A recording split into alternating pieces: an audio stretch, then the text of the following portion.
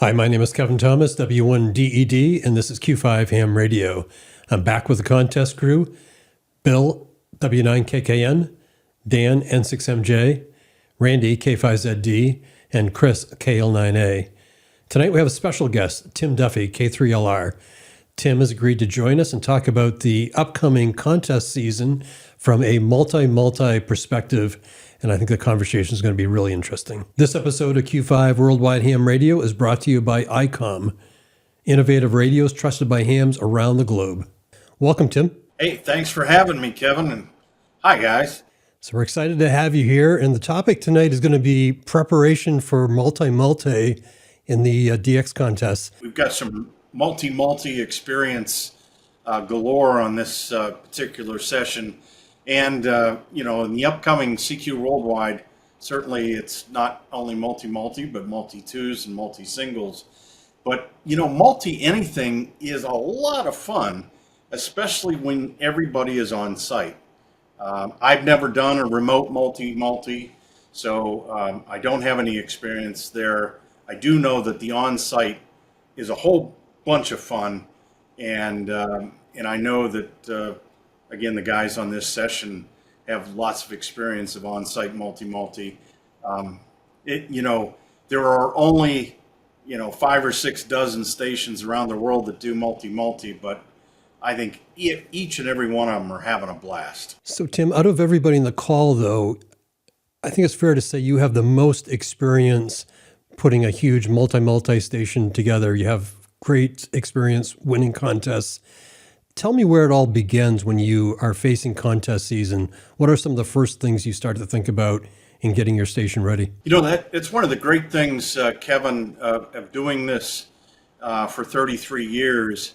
I've got a pretty good playbook now that I do tweak it year over year, but I really try to stick to a plan that works. For instance, today was Proof of Performance Day. Proof of performance is every antenna combination and system is checked. Return loss, VSWR, rotation noise. There over 70 different sweeps were done today, and then they're compared against the archive that was done 6 months ago or a year ago. And are there changes? And in several cases, there have been modifications to antenna systems that cause changes. I'm always looking for, did we do the right thing? Do we have anything? We're sitting at about 4 weeks out from CQ Worldwide Phone. Do we have to get the tower crew in to do specific work? So that's a really big thing, making sure that every antenna, every switch, every relay, every rotator is working properly, because that requires outside help. And then here next week, it'll be all inside work, but there's still tower climbs, inspections that'll go on here, but that playbook maps it out year over year. Here's what we do, here's the outcome, here's what we learned, and one of these times we have to show the playbook, because it's pretty thick. Looking at Bill W9KKN, and I'm thinking this sounds a lot like a pre-flight checklist that you're going through. Yes, it is a whole lot like that, but it's just a lot more things to check, I think. A pre-flight checklist we do in 20 minutes and an hour before a flight. This takes at least a couple days for a big time contest station. I actually just got back last night from the ZF1A station, and we did something very similar. We went through every filter, so we got our DG8 SAQ VNA and checked every feed line, every filter, every antenna. We spun every rotator. We checked the SWR there. We transmitted it into every combination to see if we were getting crunch in another antenna. I don't know if you can see, but I'm very sunburned because I spent several hours re-guying a tower in the Caribbean in September, and didn't put enough sunscreen on clearly, and I don't look quite as much of a lobster that I did a couple days ago, but it's still pretty toasted. But we solved a couple of big problems. We found a stack match that has a dB insertion loss across the entire 40-meter band. So we're going to replace that before we get there. So just a lot of those little things we just spent trying to compress into a couple of days in N1C and I. So Tim, back to you. Once you go through that checklist and let's say a couple problems come up as it did with Bill, what's the next step in the couple days prior to the actual contest? Well, in a couple of days before the contest, we're in a lockdown, absolute lockdown. Everything, we have software lockdowns, database lockdowns. We don't change a thing at that point. We go with what we have. It's interesting that Bill brings up the VNA that they use down in the Cayman Islands. It's exactly the same VNA that we use today here, the GG8VAQ, which is a great 2-port device. It's not widely distributed amongst people, but boy, it is extremely truthful. It's a level above what we get with the Rig Expert. I love the Rig Expert. It's handy, it's quick, it's easy, but the higher level German VNA gives us so much more when it comes to being able to record and compare. That's very important. The year over year or year over 6 month comparison is really important. So, like I said, it's not as user friendly, but man, is it powerful. So you've had a lot of talk about hardware. When do you line up your operators? Oh, that starts almost. I mean, that's an ongoing thing. Yeah. Chris and Dan will tell you that that is constant. That is not something that takes a break at all. I mean, when opportunity knocks, I've talked a lot about listening. You listen to chat groups and chat rooms and reflectors and who's doing what and who's looking for opportunities. And then taking a look at resumes, taking a look at contest resumes. For instance, I wanted to get Case W0AAE to come here and operate. I took a look at his NAQPCW scores when he was at N0NI this summer. And it was great. I mean, but he couldn't make it work with school. He's a young guy, a lot of energy. And I thought the next operator to be with TV Bob. Man. Get that one on video. So Tim, tell us more about that. What is on your criteria list for an operator at K3LR? That's really important, Kevin, because it is all about personalities and the ability to work together. We talk a lot about, who's the high rate guy, who's the best search and pounce guy, who can keep their butt in the chair, for hours and hours and hours. All that is important. But over the years, over 33 years, I've found that there are some really good operators that are not good in multi-operator situations. There's been guys here in the past, for instance, that wouldn't pass multipliers. It was all about them. It was all about their band. And, that doesn't work. If you're going to participate at a high level in a multi-multi or a multi-single, multi-two, you've got to be a team player. And that means you take care of your band, you do your job, but part of your job is to help the other bands. And so much of the multiplier game is about passing multipliers, and that is a critical element. The other part is accuracy. And those that have been here know that, your contest resume better have great UBN numbers.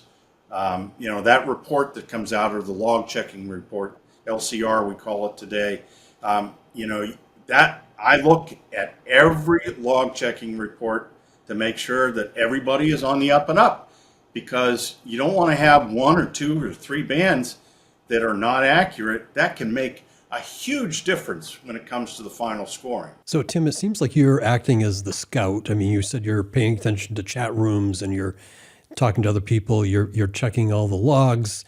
Are you doing this by yourself, or do you have people helping you? You know, I've got a lot of inputs from the operators that are here, and every once in a while somebody will say, well, how do I become a K3LR operator? How do I get on the multi team? And in a lot of cases, somebody has to say no. Right of first refusal, for the most part, works here. So if you've been here before and you have a chair and you want that chair back the next year for the same contest, there's a good chance you're going to be able to get it.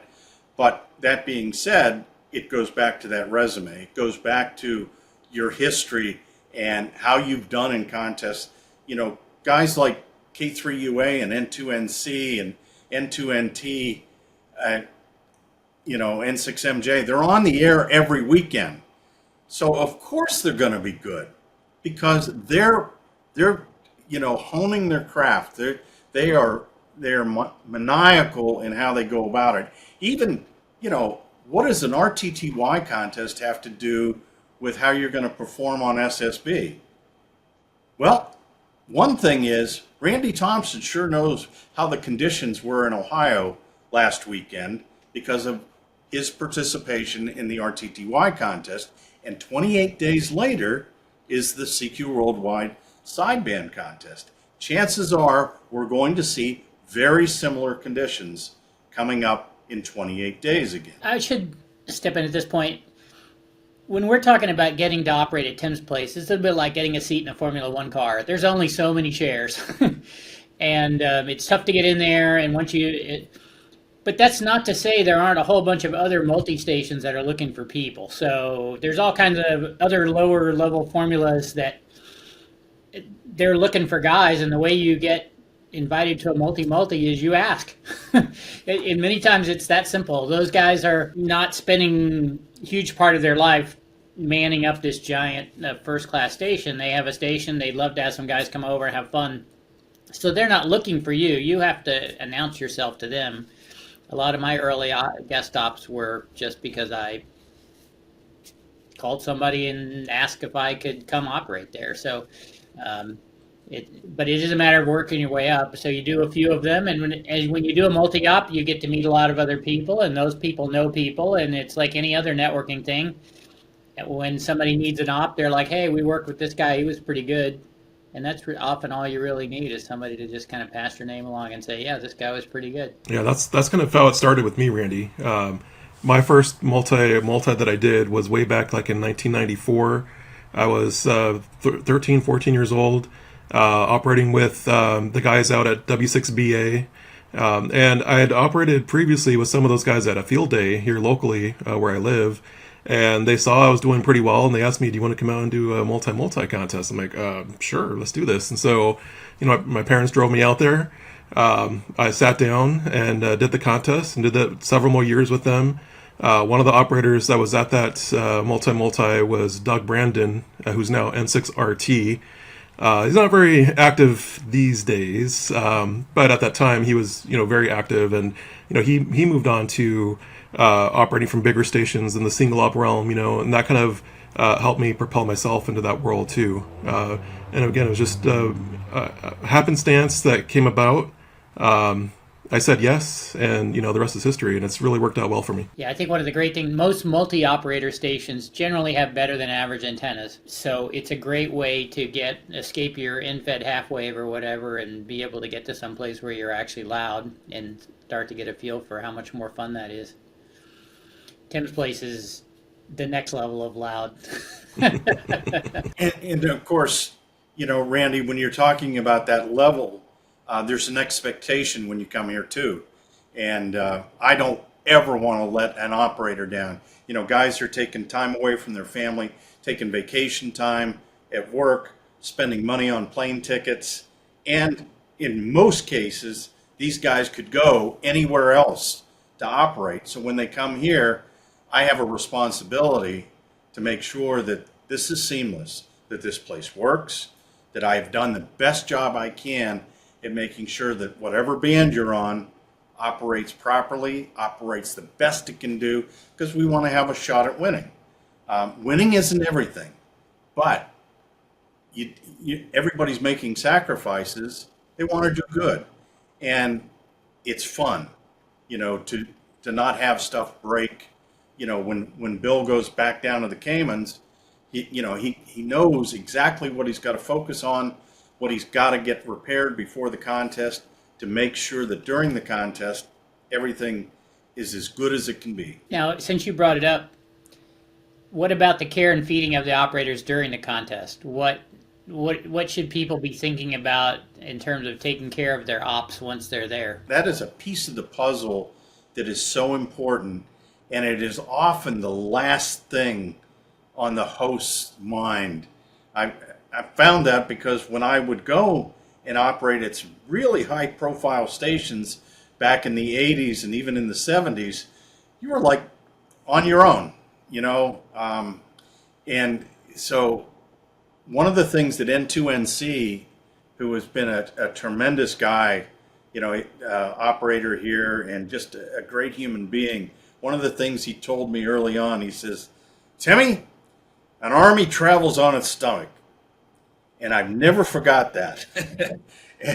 and that was the mantra that said, all right, we can have a really good station and really loud. And as K1AR told me back in the late 90s when he started coming here, he says, we can talk to any place on the planet. He says, but your coffee really sucks.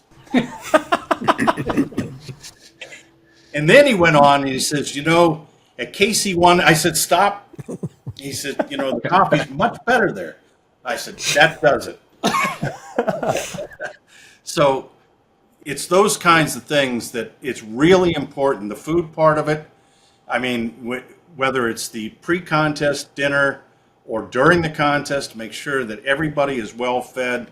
Nobody has to go out to the Wawa or the Sheets or, and fend for themselves.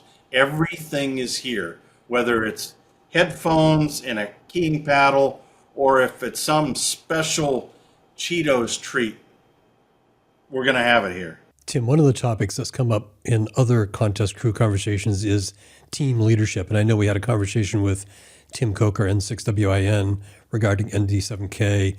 Dan has talked about his own leadership style. I'm curious what the leadership style is like there at K3LR. Early on, we had some challenges in that area because you had to, as the owner and the leader, you had to make some tough decisions, again, in the best interests of the crew. And so you do have to take that position when maybe something isn't working out. And in the early days, we were just trying to figure it out. I didn't have a playbook. There wasn't a guy that says, if you're going to do a multi, do this. I had operated at 3 of the biggest multis in the U.S. before I started building this. I operated at W3AU, W2PV, K2GL/N2AA. So I had some experience, but there's nothing like being the captain of the entire multi and making decisions that affect the entire crew. So as N6WIN pointed out, you have to really keep your ears open because a lot can happen. In this room, there's 11 stations. We have 12, 13, sometimes 14 operators. Everybody has their own deal, their own mission. They've got their own flight schedules. They have the things they like to eat, when they like to eat, when they want to sleep, how much sleep they have. Maybe they don't like people snoring next to them. There's all these, there's 50 different factors that go into it, and I am trying to make everybody happy, and because this is fun. It's a lot of times everybody on this call right now, I don't think we forget that it's a hobby, but sometimes we just blow right past that and we want to do the absolute best we can. We only have, as Randy and I are getting older, the rest of these guys are younger than us, but as Randy and I are getting older, we're saying, How many worldwides do we have left? I'm not saying that. I'm not saying that. But I will say this: for multi, a lot of things you listed were logistics around operator comfort and convenience and interactions and so on. And that takes a certain type of leadership and just planning, and it's like any other thing. Like you mentioned an army before, it's kind of the same thing. We had a whole bunch of people, but they all pretty much know what their mission is, and not a lot of dependencies. Whereas a multi-single or a multi-two, where there's a lot of band change and strategy decisions that need to be made in real time. I think the concept of who's the pilot and the co-pilot for the airplane makes a lot bigger difference, because you can't just depend on people to figure it out. Somebody has to be watching everything and paying attention, deciding when to change bands or when not to, that kind of thing. It still requires somebody to be in charge. It's just a different set of issues. That's a really good point, Randy, because let's take a look at W3LPL. Frank loves that strategy part right now in trying to figure out which two bands are the best two bands to be on in a multi-two. When you're multi-multi, you're there. You know, it's easier. It's easier from that standpoint. It's harder from other points of view. But I know in talking to Frank, you know, he just loves that strategy part of making those band changes and thinking about propagation and thinking about his operators' strengths and weaknesses and figuring out, you know, what band when. And multi-single. You want to talk about something that would blow your mind, especially with these multi-singles that we see in some parts of Europe that have 7 or 8 guys in front of a radio, and it's multi-single. I wrote an editorial in the NCJ many, many years ago, I think it was 1980, where I said, why do we have multi-multis? All they do is clog up, you know, take all these frequencies, and they could all be used for something else. And by the way, I was a W5 at the time, and so all we would hear during the concert is no deact. We just hear all the multi-multi in the East Coast calling CQ. So that was a little bit of why I was asking the question. But what is it about multi-multi that you value so much? What is it demonstrating or proving or showing or whatever? You know, what's really cool about your question, Randy, is you were here for the first one in 1992, the first multi-multi that we did. And then you came back here 33 years later and saw the, you know, the beginning and now where we are today. And so, but the value to me is the 11 guys that are sitting in chairs right here for 48 hours, having the time of their life on the Gab channel, running guys, having fun with this big hardware, these great radios, but they're smiling, they're telling stories. In fact, we're telling the same stories that we've told over and over and over and over. We still laugh at them. The Gab channel's full. You know, guys are running 300 an hour and they're gabbing and they're texting their wives. I mean, it's that's the fun, and that's what I live for, and that's what's different when it's only multi-single here, and you take half the guys out of the equation. It's just more fun with everything populated here. I want to pose that question to Chris as well. The reason why I'm picking on Chris here is he can tell you how many times it's been there. I know it's been 25 plus. Why do you keep going back to K3LR? This is really cool to listen to because I'm just kind of reminiscing on the 25 years or so that I've been going to Tim's place. Everything in a multi-multi is all about rituals, right? You know, like Tim said, the same stories over and over again, but they get embellished every year and they just kind of morph into these gigantic stories. And you get a new guy and you're like, all right, new guy, here's all the stories you got to know to be cool. You got to get, you know, 48 hours, we're going to tell you all the main stories. But I've seen, you know, quite the evolution. And you guys asked about leadership. One thing Tim does is he watches every QSO on the screen. If he's operating 160 and he's working 3 an hour, he knows exactly what every other band is working. He knows where all their antennas are pointed. And if he's asleep, somehow he's watching the computer upstairs also. And if you miss a bolt, he's going to wake up and something's not right. There's a disturbance in the force. My very first contest there, I remember I didn't get up to use the bathroom for 17 hours because I was afraid I was going to get in trouble. Like, Tim's like, you gotta, your frequency's bad. I'm like, man, I don't know. I'm from Alaska. I don't know what the hell's going on. But once you've kind of proven that you know what's going on, okay, you're not a high priority, and then everybody kind of helps everybody else. And like if I'm operating with Dan, and I'm like, Dan, what the hell are you doing, man? You pointed the wrong way, or you missed the guy. You're gonna copy that call sign? And you're like, I'm trying, and you start going back and forth. But you have to trust that the other guys know what's going on. But someone is definitely in charge, and that is very important. I keep going back because of that. You make lifelong friends. It can't be understated how much work Tim's put into the station to just show up and sit down and everything works. With my piddly little 1% station, I know how much work it is just to keep that going. And a checklist, the K3LR must be, well, a book, pages and pages and pages, and you don't have to worry about it. But one other thing about sleeping is very important. When I first went to multis was at KL7Y, and I slept in a chair upright. The chair was probably from 1945, and sleeping was generous, I guess. It was awful. And then I went to K3LR. I was like, wow, a pull-out couch. This is amazing. This is big time. Everybody came in to get coffee right past you, but it was great. You had a bed to sleep on, and now things are much improved. Guys can get good nights of sleep.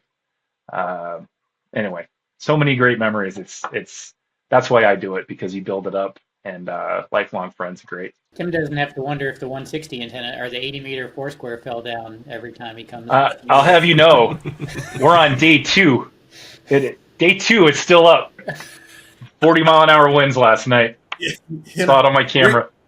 We're cheering you on, seeing your photos on Facebook, Chris, that the Foursquare is vertical, and hey, this puppy is working, and oh man, every day is a bonus.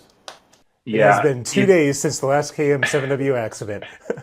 Hey man, I'm gonna get a sign. I know what I'm getting you for Christmas, man. Yes, put it right in the shack. The plan was to get the 15-meter beam up, and my wife can hear me next door probably, but the weather was perfect. The wind died. We were super tired. We had plenty of time, but I could see the light kind of went out from behind her eyes. Like, you're not going to have me help raise this antenna, are you? No, we'll do something else. And on the drive home, she was like, yeah, I don't think that was going to be a good idea. So you made the right decision, because your wife was beat after that. So, things are slower than I'd like, because help is hard. You need another wife for antenna building. She did great. Yeah, right? Yeah, like these commercials are thing now where you bring in the substitute guy. So, Melissa has so much high tower experience. Oh, And her first vertical was a high tower. I know. She's a natural. She's a natural. She put 4 of them up on Sunday. So one of the things about multis is it does kind of obscure who the operators are. Obviously, the station call sign is well known around the world. The call sign recognition when you call in a pileup is always phenomenal. Guys, you don't have to explain what your call is. They figure it out pretty fast. But who are some of the guys that are less known that have been real key at K3LR? That's a great question, and Kevin on Q5 earlier this evening released the N3GJ interview, which N3GJ is celebrating. He'll celebrate 25 years coming here, and also 100 contests from K3LR this November. So he is one of those unsung guys that you just don't hear about. But he has been the mainstay on 20 meters. And, N2NC, he is a super smart guy, but he's a really good human being. And his engineering expertise has been so valuable at this station, and the things that he has affected over the years. And he's been here at least 125 times, maybe closer to 150 times. And we get along extremely well together. Very smart guy, but you wouldn't know the call sign N2NC. You know, he's just because he's hiding, you know, behind K3LR.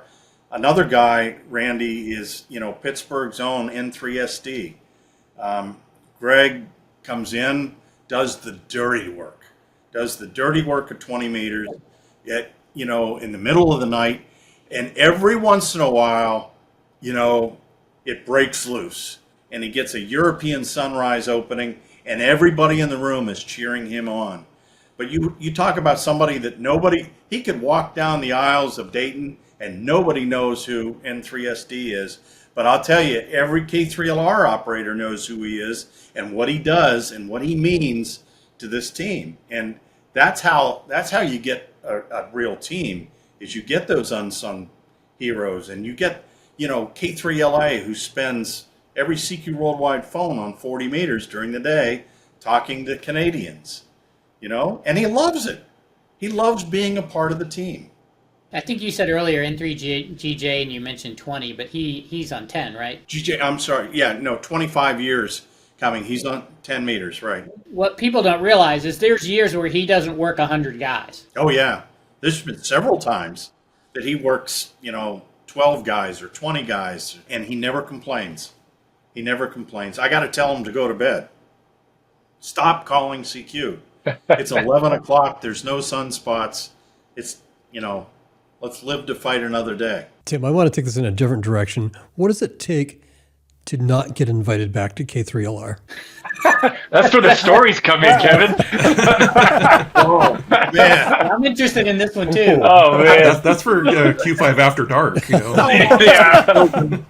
How long The is this paid show version. gonna- you know, that is, as Chris pointed out, there are stories about some situations that have occurred, but those situations don't occur so much anymore, which is good. I think in a lot of ways we've figured things out, and you know, situations don't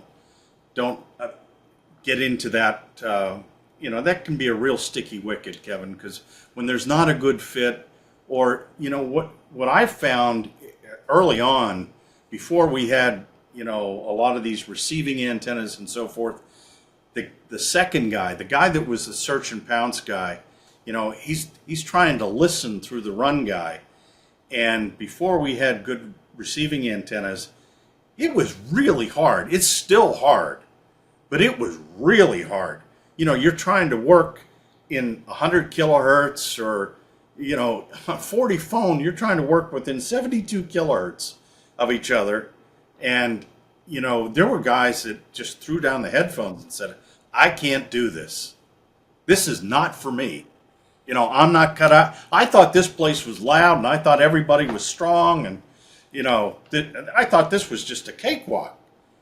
No, this is hard work. It's really hard work. And even if you're the run operator, it's still hard work to do what we do here. And, you know, the hard work is the fun. Everybody on this call knows how to do that. So have you ever had anybody who literally walked away from a contest? Yes. More stories. Any other questions? What else you got? We're going to come Yeah, back to this again, I promise Tim, you. Tim mentioned the N-band guy. That is a really hard thing to be the second guy. So in WPXCW, KD4 and D and I were on 20. And I got to admit, one of the things I like about being a single op guy is I never have to listen to the second And there were a couple of times where we just, I would say we got into it, but it was like he was trying to pull out some weak guy, and I'm calling somebody on the second radio, and we were interfering with each other, and neither one of us wanted to back off. But that's all part of the finding the right personalities for a multi-multi. You need two guys who can coexist. They don't necessarily have to be friends, but they have to at least gain some kind of understanding for kind of how they want things to work. But in generally, they want to win, they want to do well, they want to copy things correctly. So all the goals are aligned. It's just a matter of getting a working relationship. Kevin, one way to make sure that you never get invited back to K3LR is 36 hours into the contest, you stand up and say, I'm going home now. I know there's 12 hours left in the contest. I'm going home now because I've worked everybody. You get fired. That's it. There's always one more QSO out there somewhere. So as Randy mentioned, I understand there's a lot of multi-operator opportunities, but if we looked at K3LR as the gold standard, and I think that's not an unfair statement, Tim, who do you think the other multi-stations in that category are? Yeah, in the USA, it's definitely, right now in multi-multi, KC1XX, K1LZ, K1TTT. I got to tell you, we talked about operators getting a chance. K1TTT gives operators a chance. There have been a lot of guys that have gone through K1TTT. Let's talk about 84EB, who has been operating here at K3LR now 4 or 5 times. He's winning the mobile category in state QSO parties. He is a super CW operator. He was a K1TTT guy. And, he came through K4RO. K4RO says, hey, I want this guy on 20 meters with me. I trust Kirk. Boom. Here comes Jim, 84EB, and he's in the chair. He's doing great stuff. So, and of course, W3LPL has this long history of multi success. But as I said earlier, he's a multi-2 guy now, and his crew is really adapted to that, and they're doing great things in multi-2. So several times, Tim, you have mentioned, and some of the other guys have mentioned, that it's all about the fun. And I get it. But each one of you have a bunch of plaques on your wall, some more than others. So you're also into it for winning. Who keeps you up at night? Who's the multi that keeps you up at night? I think I've gotten past that because the things that I can control are how this station performs. And I really can't control what happens at stations that are out on the East Coast and those things. So, I'm just glad for competition. And I guess what would keep me up at night is if there wasn't any competition. That would be bad. We want to have competition, good competition. One of the great things, Kevin, about multi in the U.S. is that everybody's playing by the same rule book. And as far as everything I know, and we have, there's a lot of people out there looking, there's a lot of, microscope on why are these guys loud and how come they do so well. But I really believe that the people that are in the multi category in the U.S. are all playing by the rules, all 1,500 watts, all one signal at a time on a band, all doing it the right way, above board, and there's no funny business. So at the end of a contest, what is your next step, Tim, in order to be ready for the subsequent contest? What's the after contest process? During the contest, and everybody that's been here knows, and a lot of guys take peeks at this when I'm not looking, is that I keep a note card, and it's basically 2 sides of a big note card for every contest, and that note card has everything that I have thought about during the contest. Maybe it's something that broke, maybe it's something that needs looked at, maybe it's an idea.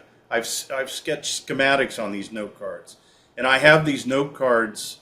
I have over 100 of these note cards now, and that formulates the playbook in a lot of cases for the way we go into a contest. So immediately at the end of a contest, everything that I've thought about during that 48 hours, I've captured on this note card, and that's really important because that drives whatever has to occur to get ready for the next one. So what needs to be fixed, what needs to be improved, and how can we just, I mean, right now, when you get to 4 high stacks on 20, 15, and 10, and a 3 high stack on 40, where are you going to go from there?